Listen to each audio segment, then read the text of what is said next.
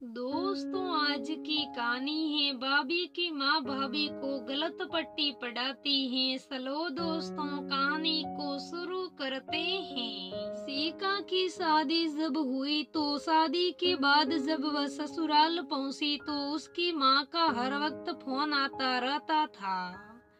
हर किसी के लिए रोक टोक लगाती थी। सीका के पति से भी खूब बातें करती थी। सीका की माँ हर बात पर उसे सिखाती कि अब तुम अकेली नहीं हो, कि तुम्हारी बहनें या माँ पिता हो जो जो बोल दे। अब तुम शादीशुदा हो बेटा, सीका अभी बहुत छोटी है, अभी नहीं समझ है, तुम ही संभाल सकते हो बेटा।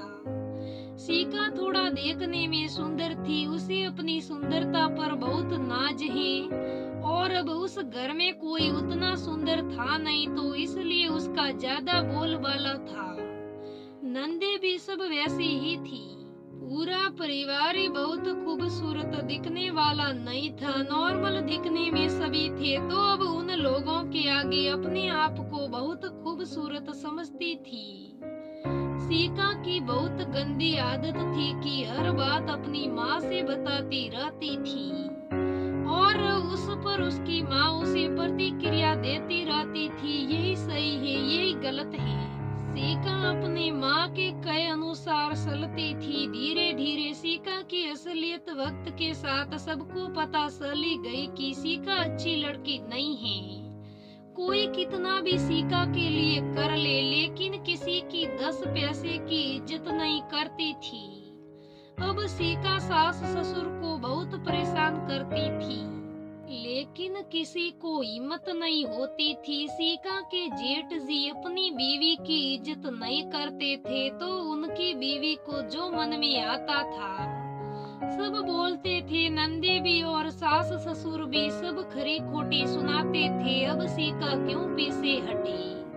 वो भी अपनी जेठानी की बिल्कुल एक पैसे की इज्जत नहीं करती थी, इसलिए यह करती थी क्योंकि घर के सारे सदस्यों को देखती थी, तो वही वो भी करती थी।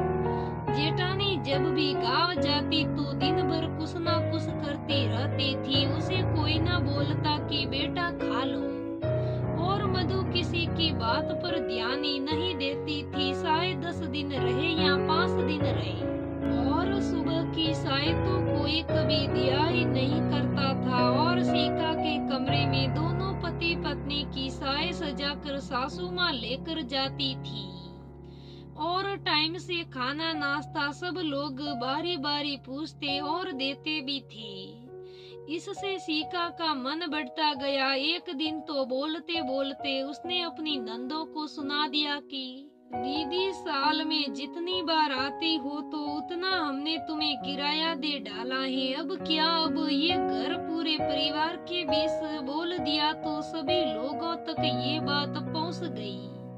जिस भाभी की सब लोग मिलकर इज्जत बसाते रहे, वो एक सेकंड में खत्म कर दिया। अब सब एक कमरे में बैठकर खूब रोई और अपने आप को समझे कि कोई नहीं, छोटी है, अभी बुद्धि नहीं है। अगर वही बड़ी भाभी बोल दी होती तो उसका तो पता नहीं ये लोग क्या हाल बना देते। एक दिन सीका अपनी माँ से बात कर रही थी और सासू माँ सुन ली। अपनी माँ से कह रही थी, मेरी तो किस्मत फूटी थी जो इस निठले से शादी हो गई। क्या बताऊं, मुझे तो समझ में नहीं आ रहा है। तब तक उधर से माँ ने सिखाया कि ससुर जी का एटीएम कार्ड लेकर रख लो, उसी से शॉपिंग किया करो जब तक तुम्हारे पति की नौकरी नहीं लग जाती, और इनके बड़े बेटे के पास पैसे की कमी है नहीं।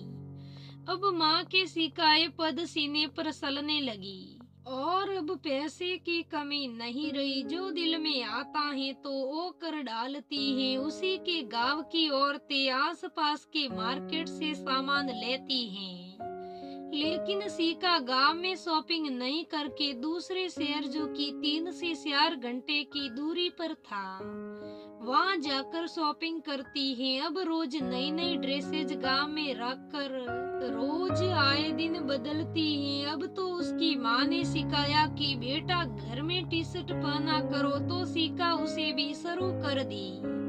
उसे घर में बड़ी बहू के लिए बहुत सख्त नियम और कानून थे। अब कोई नियम ना कोई कानून बसे। जबकि बड़ी बहू संपन्न परिवार से थी और बाहर रहती थी, फिर भी सूट पहनने पर बड़ी बड़ी बातें होती रहती थी। बड़ी बहू के लिए हर वक्त रोक टोक लगा रहता था। लेकिन सबसे ज्यादा खुश बड़ी बहू थी। जब भी कोई आता तो हमेशा हंसती ही मिलती थी हर किसी से। गांव घर के लोग दोनों बहुओं में बराबरी करके देखते, अरे उसे तो इतना दिन हो गया तो अभी तक नहीं आती जाती, इसको देखो कल की आई और सबके सर पर बैठी है। बड़ी बहू जब भी आती थी साए 1 महीने रहने पड़ते थे, लेकिन गांव के हिसाब से रहना शुरू कर देती थी। और जब गांव से आती तो अपने मॉल में बदल जाती। लोग इसी कारण बड़ी बहू की तारीफ करते थे कि पढ़ी लिखी होने के बाद भी, शहर में रहने के बाद भी जब भी आती है तो देखो कैसे अपने आप को बदल देती है। बड़ी बहू मधु को मजा आता था साड़ी पहनना, चूड़ियां पहनना तो बहुत प्यार से पहनती थी। उसे भी मधु को अपना आनंद मिलता था। सीका अपने पति को जैसे साथी थी, वो बेचारा उसी तरह रहता था। उसे किसी से कोई मतलब ही नहीं था। जिस परिवार में उसकी हद से ज्यादा चलती थी, आज उसी परिवार में कोई इज्जत ही नहीं रही। सीका के कहने पर अपने पूरे परिवार को त्याग चुका था। अब उसी घर में कोई उसके ऊपर ना बोल पाता था, ना ही सोच पाता। तो वो जिस हिसाब से साथी थी सबको नसाती है। रोज नए नए डिजाइन के कान के झुमके बनते हैं, कभी कुछ आए दिन सुनार की दुकान पर ही रहती है। सीका के व्यवहार से दुखी होकर अब पूरे घर वालों को बड़ी बहू अच्छी लगने लगी। बड़ी बहू को भी आजादी मिली सूट पहनने की और सब लोग अच्छा व्यवहार करने लगे। अब बड़ी बहू की इज्जत छोटी बहू से ज्यादा थी उस घर में, उस माहौल में। इस कहानी से यही सीख मिलती है कि आप अपनी बेटियों को सही रास्ता दिखाइए, गलत बात ना सिखाइए, नहीं तो आपकी हमारी बेटियों का घर बर्बाद होगा। हमें अपनों की बर्बादी से बचाना चाहिए। इतना भी दखल अंदाजी नहीं करनी चाहिए कि उसका घर परिवार सब बर्बाद हो जाए। इस तरह का स्वभाव बहुत कम लोगों का होता है। 100 में 2-4 लोग ऐसे हुए हैं, बाकी कौन सहेगा कि बेटी का घर बर्बाद हो? कोई नहीं सहेगा। जिसकी माँ भी ऐसी होती है, परिवार के खिलाफ होती है, परिवार अच्छा नहीं लगता है, वही माँ अपनी बेटी को भी यही सीख देती है। वरना कौन माँ बाप होंगे जो अपनी बेटी का घर बर्बाद करेगा। दोस्तों, ये कहानी कैसी लगी मुझे कमेंट करके जरूर बताना। अगर कहानी अच्छी लगे तो लाइक करना, शेयर करना, मेरे चैनल को सब्सक्राइब करना। धन्यवाद दोस्तों, फिर मिलेंगे।